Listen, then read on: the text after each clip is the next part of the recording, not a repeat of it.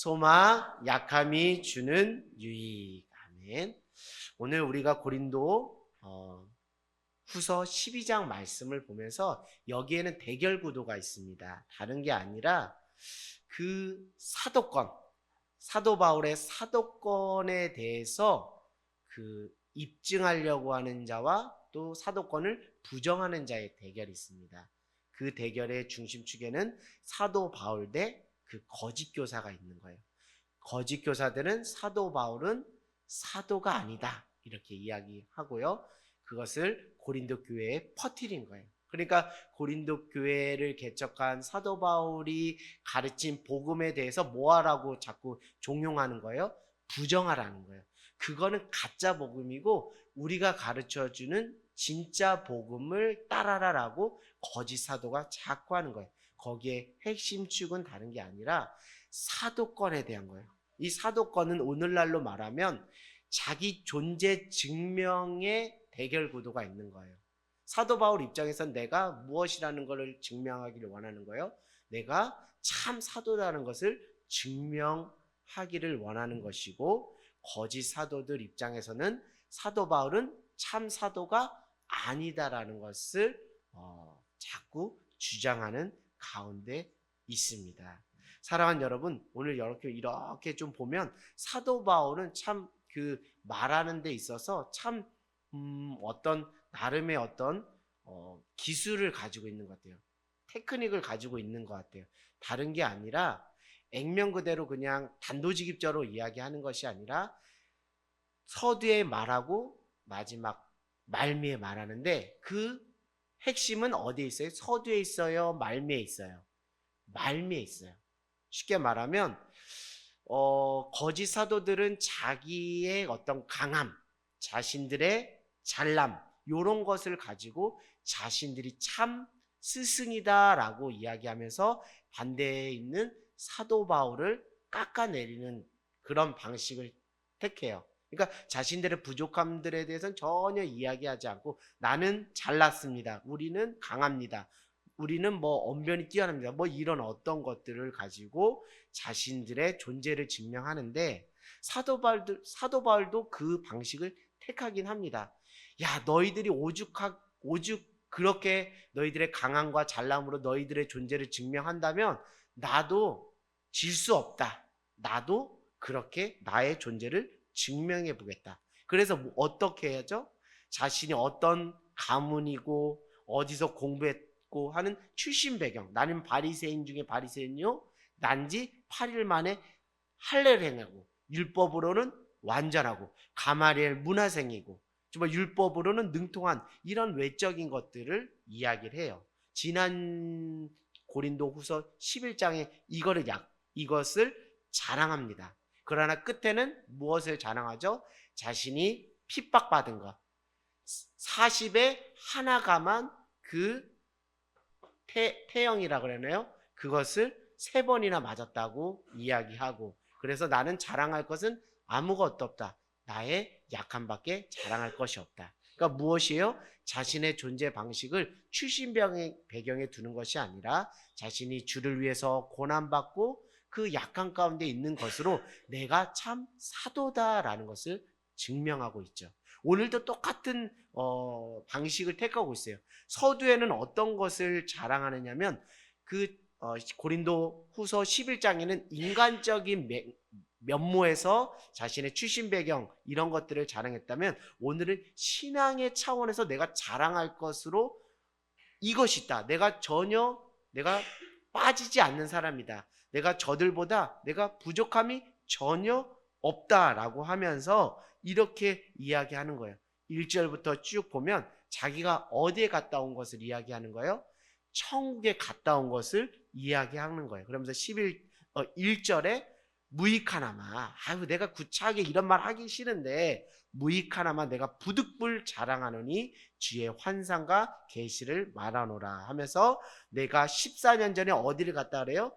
2절에 보니까 셋째 하늘, 이거는 셋째 하늘은 천국을 의미하는 거예요. 그러면서 자기가 쭉 이렇게 이야기를 하는 거예요. 그러면서 5절에 내가 이런 사람들을 위하여 자랑하겠으나 이런 사람은 뭐예요?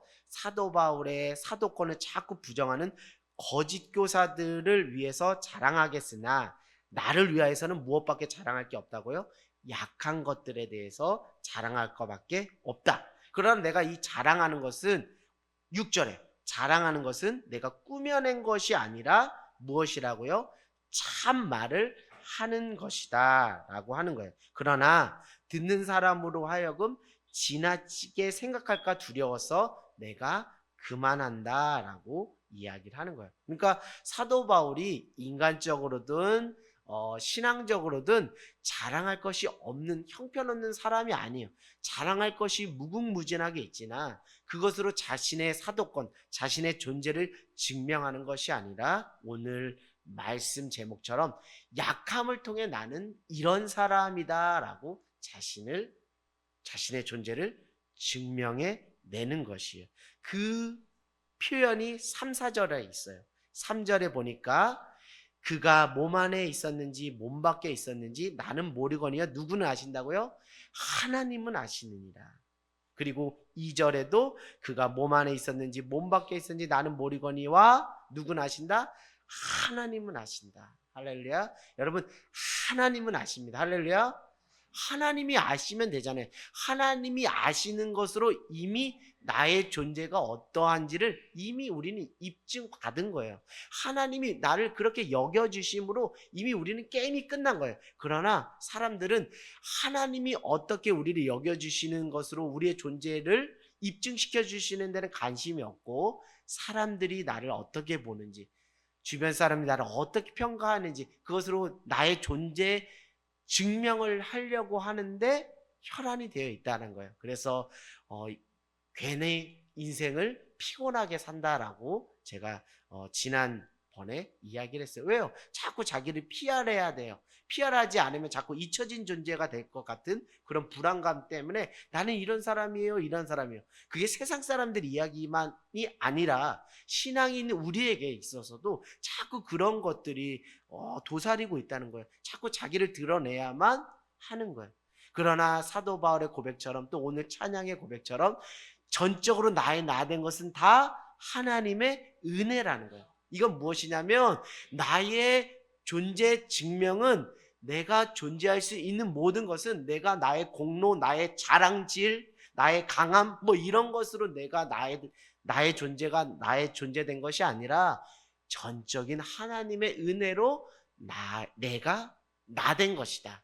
하나님의 은혜로 나의 존재를 증명할 수 있다라는 거예요. 그 구체적인 신앙의 고백이 하나님은 아신다라는 거예요.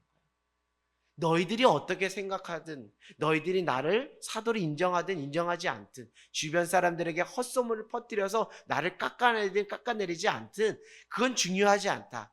이미 누가 아시기 때문에 하나님이 아시기 때문에 이것은 대단한 믿음의 고백인 거예요. 여러분 누가 우리에 대해서 공격하잖아. 저 사람 저 형편없는 목회자야.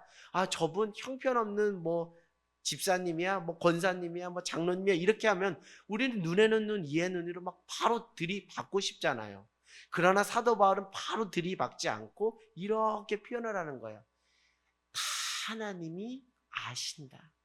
내가 나를 증명하고자 하는 그런 욕심, 그런 성급함, 그런 어떤 의지를 다 내려놓고 나의 나의 공로를 다 내려놓고 하나님 한 분이 나를 아신다고 하면 나는 그것으로 족하다라는 하나님에 대한 전적인 신뢰가 여기에 깔려 있는 것이죠.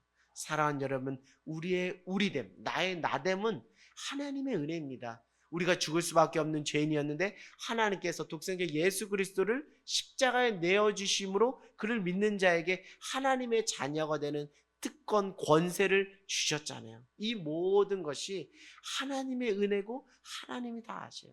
그러니까 하나님 앞에 진실하고 하나님 앞에 정직하는데 포커스를 맞추고 집중하는 것이 중요해요. 그래야 그 중심이 흔들리지 않아요. 근데 왜 우리가 자꾸 중심이 흔들리냐면 하나님이 이미 다 알아주시고 하나님이 다 인정하시는데 사람의 인정까지 받으려고 하다 보니까 거기에 중심이 흔들려요. 물론 하나님의 인정을 받고 사람의 인정을 받는 그것이 다 양쪽으로 균형 있게 되면 참 좋지만 세상 사는 것이 다 그런가요? 예수님을 믿는 것이 다 그런가요? 예수님을 믿으면 그 믿음 안에서 하나님을 인정하지만 그 믿음 하나 때문에 예수쟁이 하면서 핍박받고 고난받을 때가 있잖아요. 사람에게 인정받지 못할 때가 있잖아요. 그래서 사도 베드로는 너희가 예수님을 믿음으로 고난받는 것을 무엇하 여기지 말라고요? 이상하게 여기지 말라. 예수 믿는 것이 고난이고 사람들에게 손가락질 수 있다라는 거예요. 그러나 우리에게 위로와 우리에게 소망이 되는 것은 그래도 하나님은 다 아신다. 할렐루야. 우리 옆 사람에게 하나님은 다 아셔요. 시작. 하나님은 다 아셔요. 여러분의 수고하고 애쓰고 여러분들이 그동안 눈물 뿌려 기도한 모든 것들 하나님 앞에 엎드렸던 그 시간들 다 아시니까 여러분 사람들의 평가에 너무 상처받지 마시고 중심을 다시 붙잡고 하나님이 나를 안아주신다는 것에 위로와 소망을 얻는 저와 여러분 모두가 되기를 원합니다. 여러분 인생은 끝까지 가봐야 하는 것이고 다시 말씀드리면 다른 사람들의 인생을 평가하거나 할 때 끝까지 봐야 들어봐야 안다는 거예요. 오늘 제가 아까 전에도 말씀드렸지만 사도 바울도 초반에 또 11장 또 12장에 자기 자랑을 해요, 안 해요? 자기 자랑을 하죠.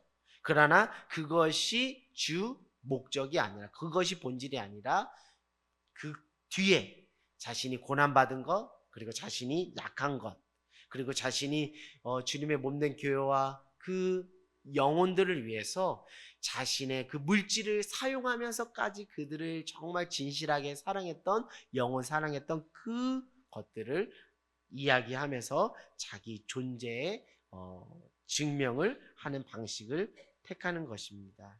사도 바울은 자기 자랑으로 시작했지만 끝에는 약함을 자랑하는 것으로 끝마무리를 하고 있어요. 결국 우리의 동기가 어떠하느냐, 우리의 시작하는 그 동기가 어떠하느냐 것도 중요하지만 우리가 그 첫 마음을 가지고 끝까지 그것을 가지고 지켜 나가는 것은 정말 중요해요. 그래서 시작도 중요하지만 그리스도인에게 있어서 인생의 끝을 어떻게 살아낼 것인가가 더 중요하다라는 거예요. 끝까지 자신의 강함, 자신의 잘남, 자신의 능력 자랑하고 자신의 의와 자신의 공로 자랑하면서 끝까지 하나님 앞에 서기를 바란다면 그것은 큰 착각과 그것은 오만에 교만에 불과한 거예요.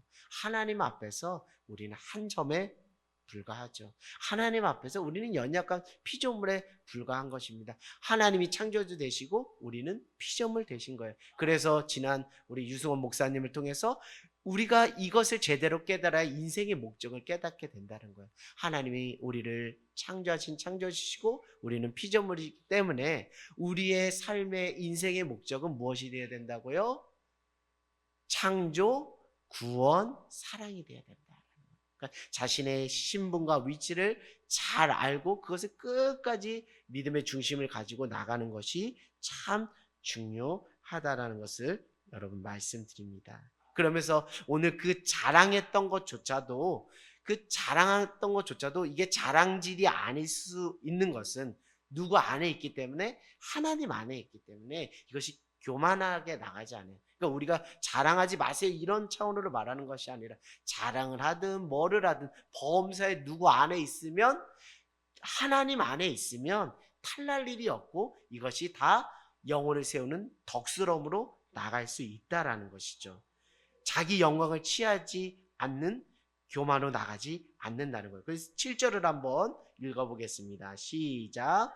여러 계시를 받은 것이 지극히 크므로 너무 자만하지 않게 하시려고 내 육체의 가시 곧 사단의 사자를 주셨으니 이는 나를 쳐서 너무 자만하지 않게 하려 하심이라. 아멘.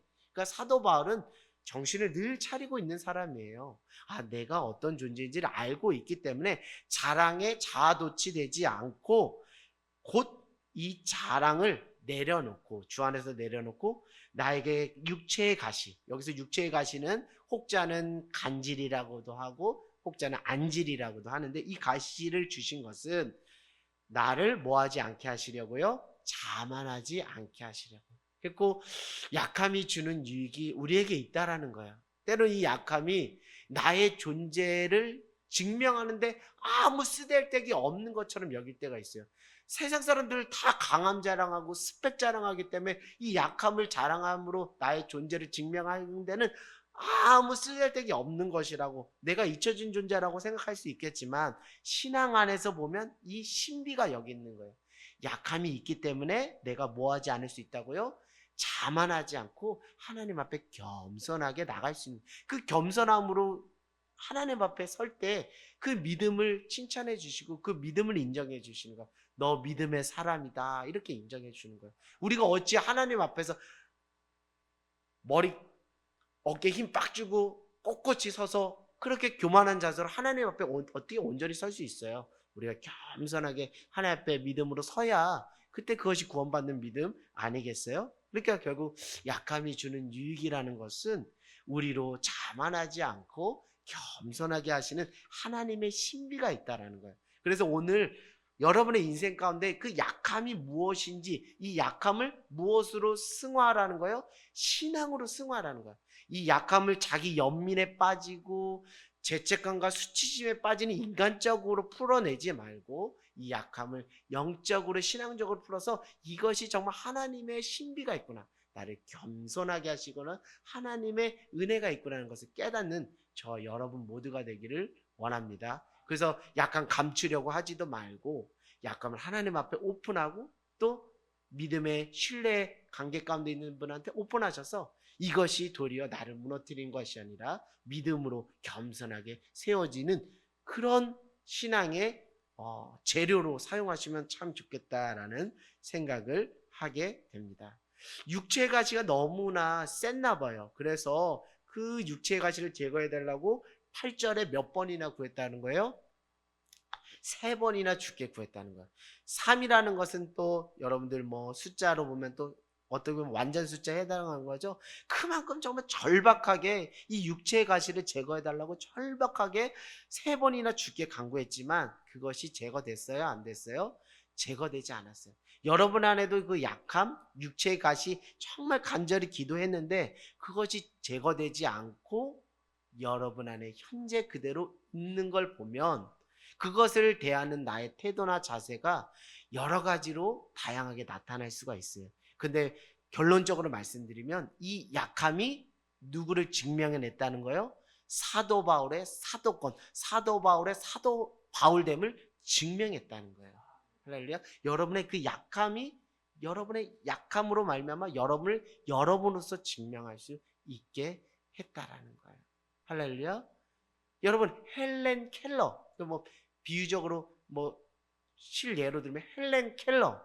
여러분 헬렌 켈러는 어떤 분이에요? 육체적인 그 어려움이 있는, 핸디캡이 있는 분이시잖아요. 그러나 그 헬렌 켈러가 오늘날에도 우리에게 선한 영향력을 끼칠 수 있었던 것은 그의 어떤 자람이었습니까? 자랑이고 능력이고 강함이었어요? 그렇지가 않잖아요. 오늘날도 우리에게 큰 영향과 울림을 주는 것은 그의 연약함을, 그는 연약함으로 자기 연민에 빠진 것이 아니라 그 약함을 가지고 인생을 살아냈던 그 삶이 우리에게 은혜가 되는 거예요. 그게 그 자신을, 존재를 증명해낸 거예요. 그렇기 때문에 약함에 대한 정말 신앙적인 해석이 그것이 믿음하고 다르지가 않다라는 것을 여러분 알기를 원합니다. 그러면서 3번이나 주께 간구했는데 하나님께서 이런 응답을 주시네요. 나에게 이르시기를, 다 같이 한번 읽어볼까요? 시작. 내 은혜가 내게 족하도다. 이는 내 능력이 약한 데서 온전하의 짐이라 하신지라. 그러므로 도리어 크게 기뻐함으로 나의 여러 약한 것들에 대하여 자랑하리니 이는 그리스도의 능력이 내게 머물게 하려 함이라. 아멘. 약함이 주는 유익을 사도 바울이 깨달아 버렸어요. 성령님께서 그것을 깨우쳐 주셨어요. 야, 이것이 나에게는 슬픔이 아니라 기쁨이구나. 나의 여러 약한 것들을 자랑할 수 있는 근거가 여기에 있구나. 약하기 때문에 더 하나님을 의지하기 때문에 그 안에 누구의 능력이 풍성하게 머물게 된다고요? 그리스도의 능력이 내게 머물게 하려 합니다. 할렐루야.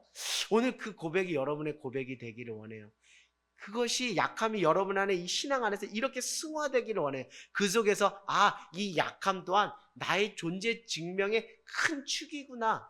이거 나는 부인하려고 하고 감추려고 하고 떼내버리려고 했지만 이것이 없으면 내가 아니구나 라는 것을 깨달아. 이것이 있기 때문에, 이 약함이 있기 때문에 도리어 내 안에 그리스도의 능력이 머무는 비결이 여기에 있구나. 그래, 내 슬퍼하지 말자.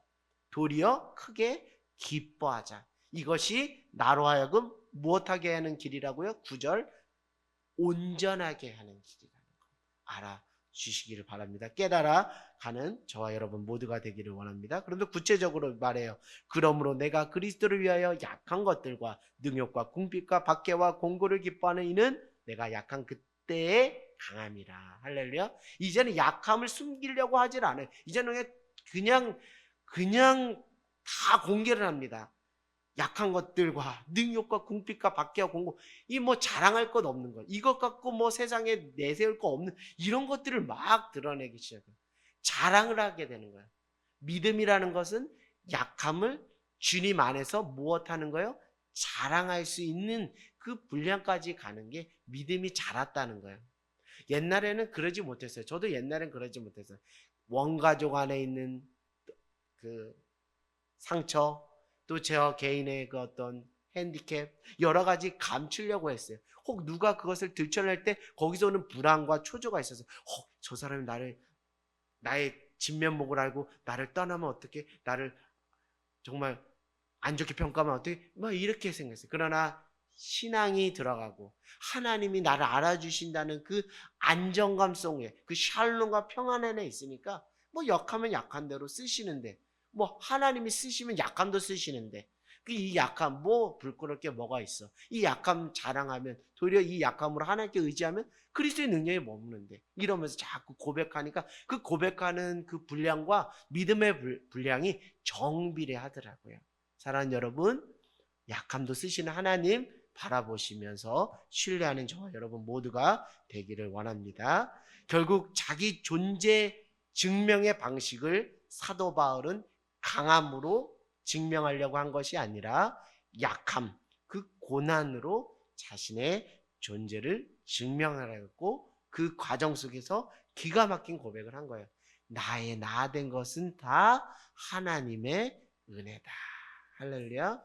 그렇게 한 거예요. 그게 참, 그럼에도 불구하고 이렇게 11절에 또 말하고 있어요. 지극히 크다는 사도들보다 조금도 부족하지가 않다. 할렐루야. 이거는 거짓말이에요? 참말이에요? 참말이에요. 출신 배경 빠지는 거 있습니까? 빠지지 않아요. 그리고 로마의 시민권자이기도 했잖아요. 그리고 천국까지 갔다 왔잖아요. 오늘날 쉽게 말하면 천국 갔다 온 분이 막 그것이 막 요즘 뭐 유튜브나 매스컴에서 막 띄워준다 그러면 전국에 있는 교회, 전 세계에 있는 교회에서 그 목사님 초빙하려고 막 혈안이 되어 있지 않겠어요? 그러다 보면 어떻게 되겠어요? 그러면 어떻게 되겠어요? 하나님께 영광 올려드리는 것이 아니라 자기 영광을 취하는 거죠. 그렇기 때문에 저는 감사해요. 내 안에 천국 환상을 아직도 못 본 게 저는 감사해요.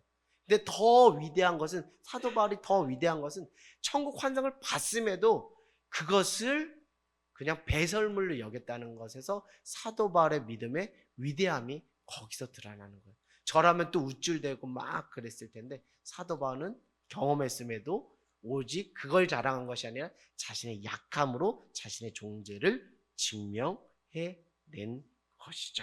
자, 12절 한번 읽어보겠습니다. 시작. 사도의 표가 된 것은 내가 너희 가운데서 모든 참음과 표적과 기사와 능력을 행한 것이라. 아멘.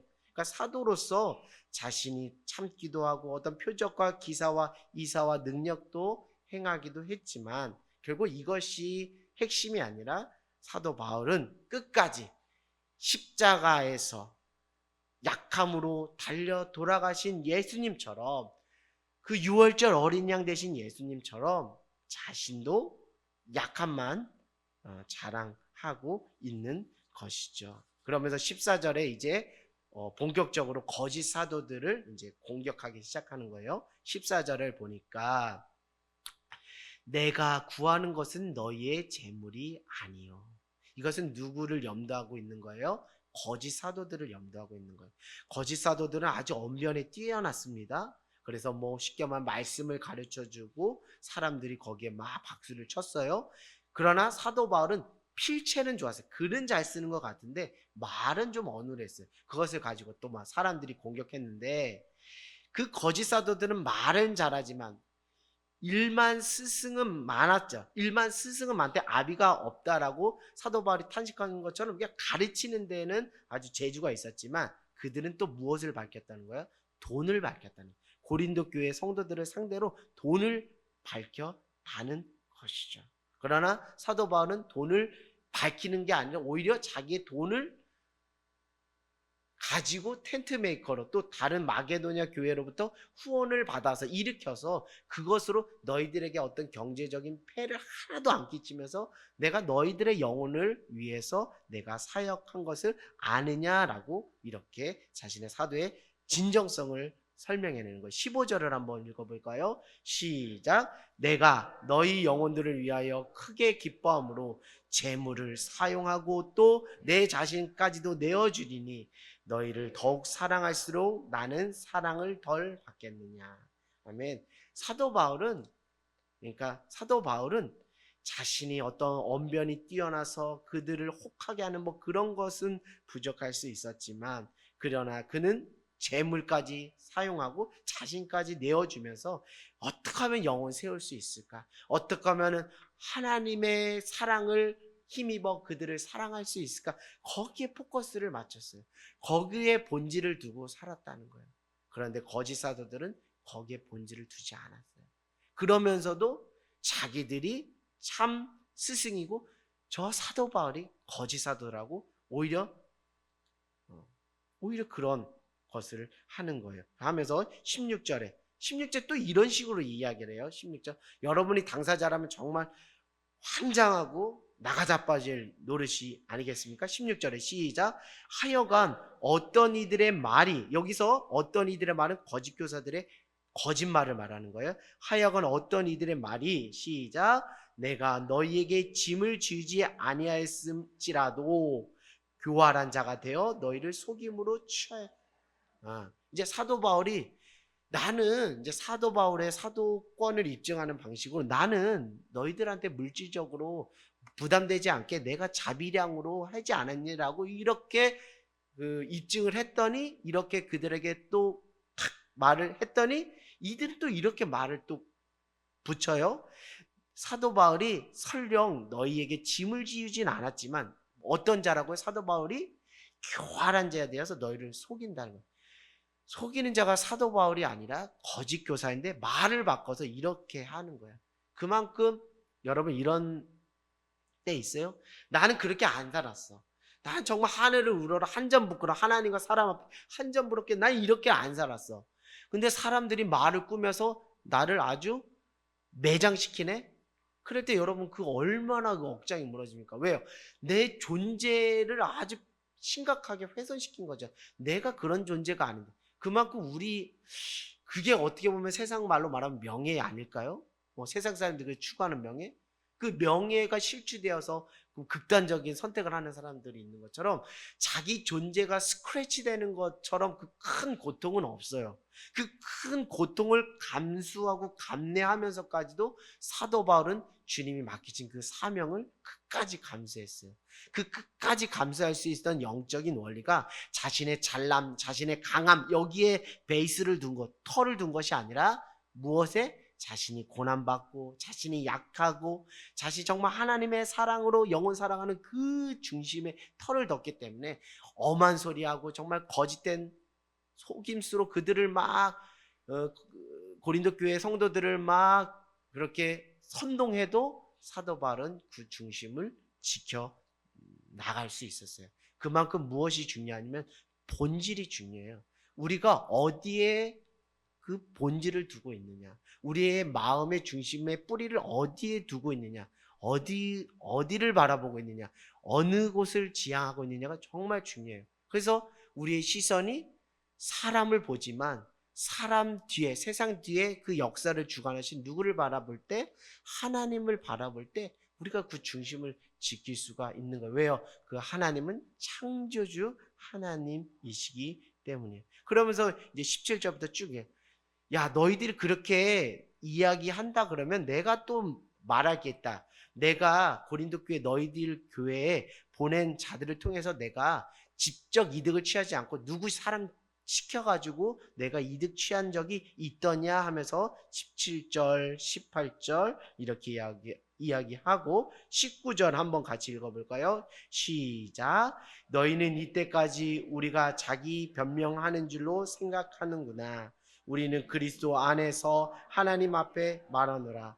사랑하는 자들아, 이 모든 것은 너희의 덕을 세우기 위함이라. 아멘. 여기에 본질이 어디 있어요? 자기의 유익 취하고 자기 재물 취하고 이런 데 본질이 있는 게 아니에요. 거짓 사도들은 거기에 본질이 있었어요. 그러나 사도 바울은 거기에 본질이 있지 않았어요. 우리는 그리스도 안에서 하나님 앞에 말한다. 사랑하는 자들아, 이 모든 것은 너희의 덕을 세우기 아니라. 이게 본질이라는 거예요. 여러분, 우리의 존재 양식, 우리의 존재 증명의 모든 방식에 있어서 하나님의 영광을 위해 살아가는 것이 근본적인 것이고, 구체적으로는 덕을 세우고 있는가, 내가 덕을 세우고 있는가, 그것에 포커스를 맞추며 살아가는 저와 여러분 모두가 되길 원해요. 여러분, 무엇으로 나를 증명하려고 애쓰나요? 우리가 엄한 것으로 정말 세상의 방식과 세상의 그 썩어져가는 그 구습, 습관의 그 방식을 택해서 자기 존재를 자꾸 증명하려고 하니까 이게 자꾸 헛헛한 거예요. 그 정도 도달했어요? 근데 또 그 사람보다 더한 사람이 있네? 그럼 또 한 거예요. 자꾸 이게 채워지지 않는 헛헛함, 불안과 초조만 있는 거예요. 그러나 우리가 하나님 앞에 중심을 두고 본질을 지키면 그것에 휘둘리지 않고, 내가 무슨 말을 하거나 무슨 행위를 하거나 어떤 걸 해도 덕을 세우고 있는가, 주님의 몸된 교회와 영혼을 위해 덕을 세우고 있는가, 그곳에서 나다움을 찾으려고 하면 거기서 하나님이 기뻐하시고 하나님만이 오로지 영광을 받아 주신다는 것이죠. 자, 20절, 내가 갈 때 너희를 내가 원하는 것과 같이 보지 못하고 또 내가 너희에게 원하지 않은 것과 같이 보일까 두려워하며 또 다툼과 시기와 분냄과 당지능과 비방과 수군거림과 거만함과 혼란이 있을까 두려워하고, 우리 21절도 같이 한번 읽어볼까요? 시작. 또 내가 다시 갈 때 내 하나님이 나를 너희 앞에서 낮추실까 두려워하고 또 내가 전에 죄를 지은 여러 사람들의 그 행한 바 더러움과 음란과 호색함을 회개하지 아니함 때문에 슬퍼할까? 여러분, 우리가 두려운 것은 무엇이에요? 우리가 진짜 두려워야 될 것은 무엇이에요? 내가 잊혀진 존재가 되고 내 존재 증명을 하지 못하고 나를 사람들이 알아주지 못한 거에 불안과 초조가 있으므로 우리는 두려워할 수 있지만, 사도 바울은 그것에 두려워하지 않아요. 어떤 거에 두려워요? 내가 다시 고린도 교회에 갔을 때 예전처럼 회개하지 않고 죄악이 가득한 모습으로 영혼들이 변화되지 않고 여전히 그 모습을, 그 구렁텅이 속에 빠져서 그렇게 자신이 바로 가지 못하고 있다는 것을 또 인지하지 못한 채 그렇게 옛날에 더럽고 음란하고 호색한 것, 비방과 수군거리가 거만함, 다툼, 당짓는 이런 모습들이 여전히 예전의 모습들이 그대로 있을까 봐, 그것에 두렵다는 거예요. 자신이 잊혀져도 상관없다라는 거예요. 나는 잊혀져도 상관없는데 영혼이 변화되지 못하고 예전의 그 모습, 죄악된 모습에 그대로 있는 것에 대한 그 두려움이 있다는 거예요. 그건 뭐예요? 성령의 말할 수 없는 탄식이 누구에게 있다라는 거예요? 사도 바울에게 있다라는 거예요.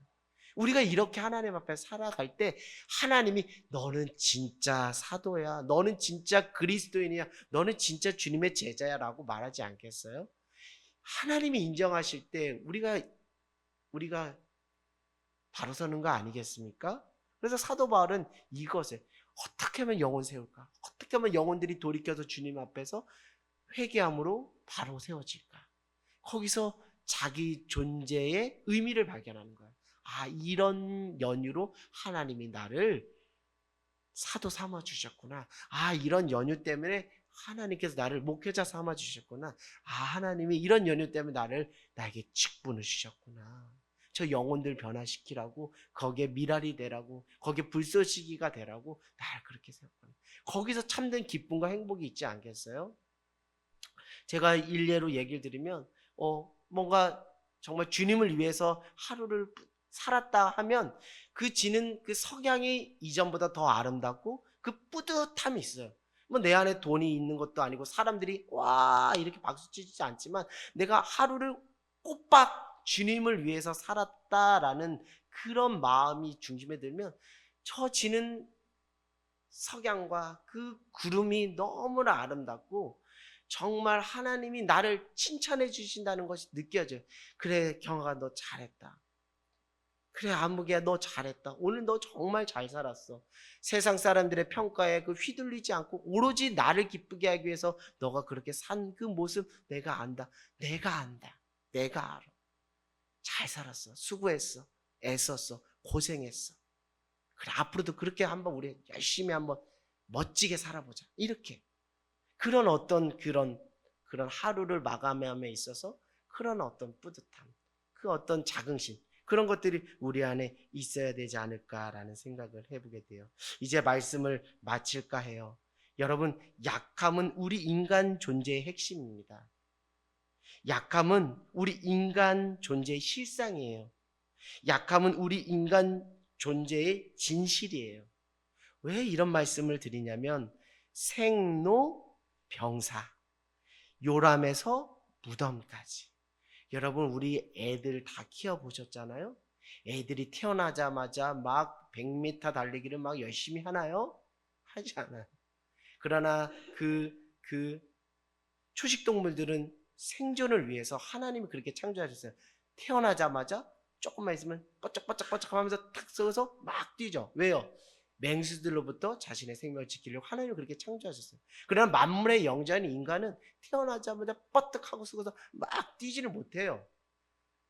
보호를 받아야 되는 존재예요. 바로 걷고 뛰지 못하고 보호를 받아야 되는 그런 아주 연약한 존재로 이 땅에 태어나고 이 땅에 존재해요.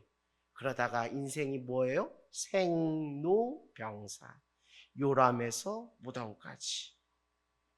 이제 앵앵이 하고서 이렇게 했다가 뒤집으면 우리 어른들이 얼마나 좋아요. 우리 애기 뒤집었다. 또 앉으면 얼마나 좋아요. 우리 애기 앉았다. 또 서면 얼마나 좋아요. 우리 애기 섰다. 또 뛰면 얼마나 좋아요. 뛰었다. 그러다가 또 학부모 자격으로 또 운동회 가서 우리 애들 달려서 여기에 도장 딱 받으면 얼마나 좋아요. 세상을 다 얻은 것 같죠.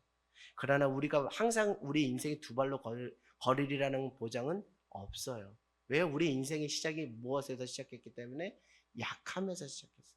두 발로 걷다가 또 인생의 황혼기를 거쳐서 지팡이를 의지하지 않고는 우리가 직립보행을 할 수 없는 그 시간이 와요. 그러다가 휠체어를 타고 거기에 의지할 수밖에 없어요. 그러다 침대에 눕는 시간들이 옵니다. 그러다 결국 우리는 인생을 눈을 감고 인생을 마감하는 거예요. 결국 무엇이냐면 약함으로 시작해서 약함으로 끝나는 것이 우리의 인생이라. 그 중간에 우리는 강함을 막 자랑하죠. 막 두 발로 뛰고 막 점프도 하고 막 방방 뛰죠. 그런 시절도 다 있지만 결국 우리 인생은 약함에서 시작해서 무엇으로 끝난다고요? 약함으로 끝내요. 누구 앞에 결국 우리가 약함으로 하나님이 우리 인생을 시작하게 하셨다면 결국 약함으로 하나님 앞에 서는 거예요. 그러나 그 약함 속에 그 믿음은 견실한 줄 믿습니다. 그 약함, 육체는 세잔하지만 그 중심 안에 믿음이 확실하고 분명하니까 그 믿음 갖고 구원을 받는 거예요.